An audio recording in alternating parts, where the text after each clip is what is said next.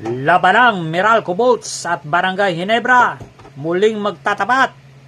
Barangay Ginebra may bagong recruit na player at Coach Xieng Giao hindi magpapalit ng import. Pero bago mabalitang yan, paki-like and subscribe, Ronda Toda, para updated po kayo sa aking mga sports balita.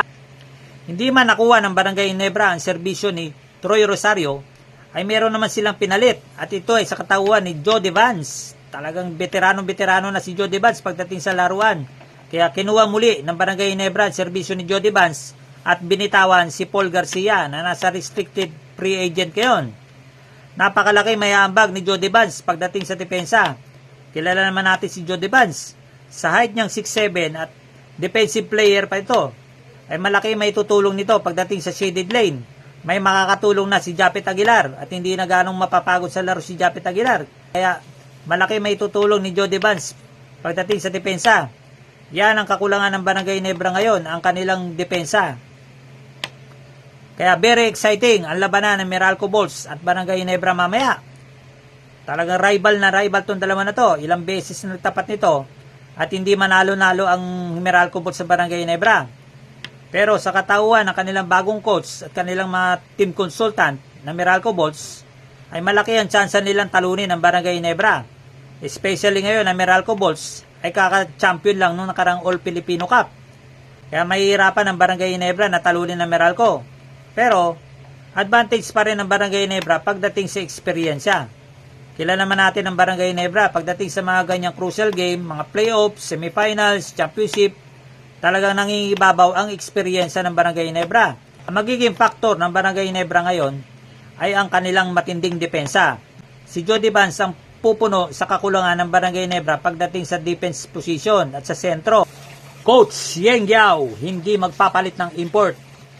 Bagamat maraming PBA teams ngayon na nagpapalit ng import, kagaya ng Magnolia Hotshot at NLEX Road Warriors, pero ang Rain or Shine na hindi magpapalit ng import dahil confident si Coach Xieng Giao sa kanilang import na si Aaron Puller. Bagamat hindi umi-score ng malaki si Aaron Puller, ay napakalaki naman ang iambag niya pagdating sa rebound at saka sa depensa. Nag-a-average si Aaron Puller ng 18.5 rebound per game. Kaya hindi nahihirapan yung Rain or Shine, yung mga player ng Rain or Shine na tumira sa labas. Kasi nga, nakikita nila nandun si Aaron Puller sa loob ng shaded lane. Kaya napakalaki, nagkaroon ng confidence ang kanilang mga kakampi. Kaya nga ang resulta, number 1 ang Rain or Shine sa Group B ng PBA Governors Cup. At makakalaban nila ngayon ang Magnolia Templados. Kabang-abang ang laban ng Magnolia Templados at Rain or Shine dahil may bagong import ng Magnolia. Siyempre, alam naman natin si Coach Xieng Giao, talagang paghahandaan ni Coach Xieng Giao yan. Hindi sila magiging number 1 kung hindi sila deserving dyan. At Justin Noype Brownlee makakalaro na mamaya laban kontra Meralco Bolts. Marami nag-aalala sa kalagayan ni Justin Noype Brownlee kung kaya pa niya maglaro mamaya laban sa Meralco Bolts. Dahil sa tinamo niyang injury nung nakarang laban nila sa NLEX Road Warriors, maraming nagtatanong kung makakalaro ba si Justin Noype Brownlee hanggang sa kumakalat ng mga rumors na papalitan daw ni Miles Powell si Justin Brownlee.